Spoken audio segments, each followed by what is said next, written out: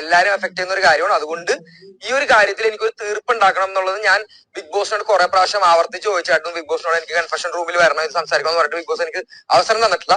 പക്ഷെ ഇതിൽ ലാലേട്ടന്റെ എപ്പിസോഡ് വരുമ്പോഴത്തേക്കും ഞാൻ സംസാരിക്കും.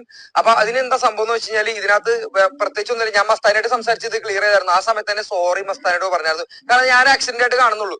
പിന്നീട് അതിനെ ഡിഫറെന്റ് രീതിയിൽ വ്യാഖ്യാനിച്ച് ലക്ഷ്മി കൊണ്ടൊന്ന് പറയുന്ന കാര്യങ്ങൾ എന്ന് പറഞ്ഞാൽ ഒരു തേർഡ് റേറ്റ് ഗെയിം ആയിട്ടാണ് ഞാൻ കാണുന്നത്. ആ തേർഡ് റേറ്റ് ഗെയിമിൽ ഞാൻ വീഴാൻ താല്പര്യപ്പെടുന്നില്ല. ഈ പറഞ്ഞ പോലെ എന്റെ മെന്റൽ സ്റ്റെബിലിറ്റിനെ എഫക്ട് ചെയ്യാൻ വേണ്ടി പല രീതിയിലും പല രീതിയിലും നിങ്ങൾക്ക് ട്രിഗർ ചെയ്യിപ്പിക്കാം.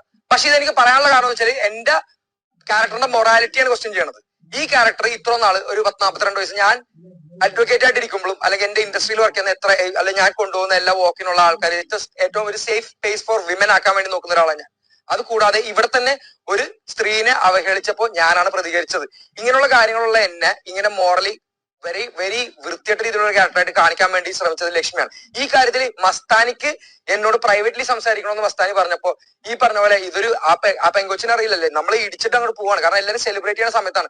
ഇത് നമ്മൾ ചിന്തിക്കുന്ന പോലില്ല. ഒരു 1 സെക്കൻഡ് 2 സെക്കൻഡിന്റെ ഒരു കാര്യമാണ് ഇത്രയും വലിയ ഇഷ്യൂ ആക്കിയത് ലക്ഷ്മിക്ക് വേറെ ഗെയിം ഒന്നുമില്ല. ചീറ്റ് ഗെയിം കളിക്കാൻ വേണ്ടി വന്നിരിക്കുന്ന ലക്ഷ്മി അക്കൗണ്ടബിൾ ആവണം. അല്ല, അക്കൗണ്ടബിലിറ്റി എന്താണെന്ന് പഠിപ്പിക്കണം എന്ന് ബിഗ് ബോസിനെ അഭ്യർത്ഥിക്കുന്നു. ഇത് പറയാൻ വേണ്ടിയാണ് ഞാൻ ഇവിടെ ഈ സ്പേസ് എടുത്തത്. Thank you.